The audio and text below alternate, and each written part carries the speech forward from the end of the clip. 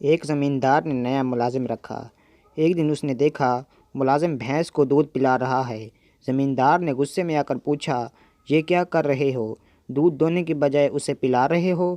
اس پر ملازم نے کہا، دودھ بہت پتلا تھا جناب، میں نے سوچا دودھ کو ایک چکر اور دے لوں۔ ایک دوست، یار یہ قوالی والے قوالی کے وقت اپنے دونوں ہاتھ کانوں پر کیوں رکھ لیتے ہیں؟ دوسرا دوست، تاکہ اپنی آواز خود نہ سن سکیں۔ استاد، منع تم کل سکول کیوں نہیں آئے؟ شاگرد، آپ ہی نے تو کہا تھا کہ بغیر سبق یاد کیے سکول نہ آنا۔ استاد، مشہور لڑائیوں کے متعلق بتاؤ۔ شاگرد، امی نے گھر کی بات باہر بتانے سے منع کر رکھا ہے۔ بیوقوف شہری، یہ سامنے جو گائے نظر آ رہی ہے اس کے سینگ کیوں نہیں ہیں؟ دیہاتی، سینگ نہ ہونے کی بہت سی وجوہات ہوتی ہیں۔ بعض کے سینگ ٹوٹ جاتے ہیں اور بعض کے ہم کاٹ دیتے ہیں۔ باقی رہی وہ سامنے والی گائے تو اس کے سینگ اس لیے نہیں ہیں کیونکہ وہ گائے نہیں، گھوڑا ہے۔